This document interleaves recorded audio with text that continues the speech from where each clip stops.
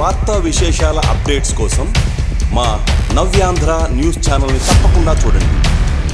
बहनों भाइयों, आप लोगों को मालूम होगा कि नायडू गारू को अनेक अंतर्राष्ट्रीय सम्मान भी प्राप्त हुए।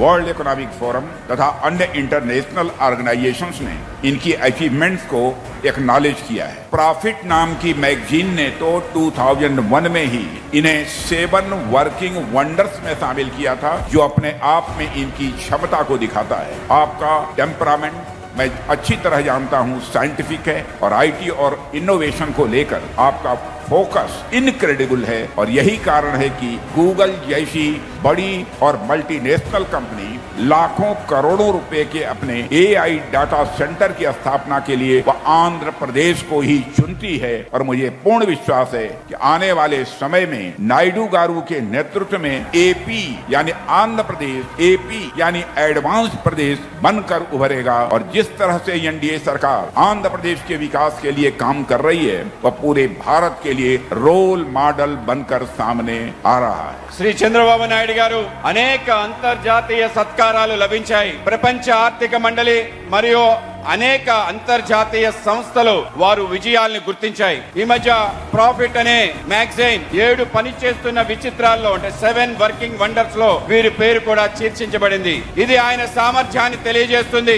ఆయన దృక్పథం శాస్త్రీయమైనది. ఐటీ మరియు వినూత్న ఆవిష్కరణల విషయంలో వస్తే ఆయన ఫోకస్ అద్వితీయమైంది. ఈ కారణంగానే గూగుల్ వంటి భారీ బహుళ జాతీయ సంస్థ లక్షల కోట్ల పెట్టుబడులు ఆంధ్రప్రదేశ్ కి ఎంపిక చేసుకున్నాయి. భవిష్యత్తులో నాయుడు గారి నాయకత్వంలో ఏపీ అంటే అడ్వాన్స్ ఆంధ్రప్రదేశ్, ప్రగతిశీల ప్రదేశ్ గా రూపుదిద్దుకోబోతుంది. ఆంధ్రప్రదేశ్ అభివృద్ధి కోసం ఎన్డీఏ ప్రభుత్వం పనిచేస్తున్న తీరు యావత్ దేశానికి ఒక విశేషమైన నమూనాగా మారి అందరికీ ముందు నిలుస్తుంది. రాయలసీమలో ఐరన్ ఓర్ ఉంది, లైమ్ స్టోన్ ఉంది, అనేక ఖనిజ వనరులున్నాయి. వీటిని సమర్థవంతంగా ఉపయోగించుకుంటాం. కడప స్టీల్ జూన్ లో ప్రారంభించి 2028 డిసెంబర్ నాటికి పూర్తి చేసి కానుకగా రాయలసీమకి ఇచ్చే బాధ్యత ఎన్డీఏ ప్రభుత్వం అన్నదని చెప్పి నేను మీకు తెలియజేస్తున్నా. ఈ ఖనిజ వనరుల్ని సమర్థవంతంగా ఉపయోగించుకుంటాం. స్టీల్ ప్లాంట్లకి, సిమెంట్ ప్లాంట్లకి శ్రీకారం చుడతాం. Solar, wind, pumped storage, renewable energy ఉత్పత్తికి సీమ కేంద్రంగా మారుతుంది. Defence, drone, space, aerospace, automobile, electronics, steel పరిశ్రమలు, అదే మరి సిమెంట్ పరిశ్రమల రాకతో రాయలసీమని రత్నాల సీమ చేసే బాధ్యత ఈ ఎన్డీఏ ప్రభుత్వం తీసుకుంటాం. 23 నెలల్లో స్పీడ్ ఆఫ్ డూయింగ్ బిజినెస్ అంటే ఏంటో మనం చేసి చూపించాం. ఆంధ్రప్రదేశ్ ని ఏకంగా డెస్టినీ ఆఫ్ ఇన్వెస్ట్మెంట్ గా మనం మార్చుకున్నాం. గతంలో పక్క రాష్ట్రాలు చూసి మనందరూ అసూయపడే వాళ్ళం. అలాంటిది 23 నెలల తర్వాత పక్క రాష్ట్ర ప్రజలు ఈ రోజు ఆంధ్ర రాష్ట్రం చూసి అసూయపడే రోజులు తీసుకొచ్చాం. ఏకంగా పుట్టపర్తిలో ఆమ్కా ప్రాజెక్ట్ శంకుస్థాపనే ఒక చరిత్ర. డిఫెన్స్ రంగంలో పెద్ద ఎత్తున పెట్టుబడులు వస్తున్నాయి, ఉద్యోగ ఉపాధి కూడా వస్తున్నాయి. అందుకే యువకులందరికీ పిలుపునిస్తున్నా, మనం ప్రభుత్వం అందిస్తున్న అవకాశాల్ని పుచ్చుకోవాలి, అద్భుతంగా పని చేయాలి. జూలదిండిలో సాగర్ డిఫెన్స్ తీసుకొచ్చాం, పుట్టపర్తిలో ఆమ్కా తీసుకొచ్చాం.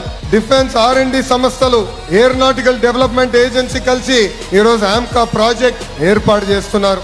HAL దశాబ్దాలుగా బెంగళూరుకి ఏం చేసిందో ఈ ఒక్క ఆమ్కా ప్రాజెక్ట్ రాయలసీమ ప్రాంతానికి చేయబోతుంది. ఇక్కడ 5th generation stealth multi role fighter jet తయారు చేయబోతున్నారు. Bharat Forge, Bharat Dynamics Limited, Himachal Futuristic Communication Limited, Premier Explosives Limited తో పాటు అనేక డ్రోన్ తయారు చేసే పరిశ్రమలు కూడా మన రాయలసీమకే తీసుకొచ్చాం. పెద్ద ఎత్తున ఇక్కడ ఉద్యోగ అవకాశాలు వస్తున్నాయి.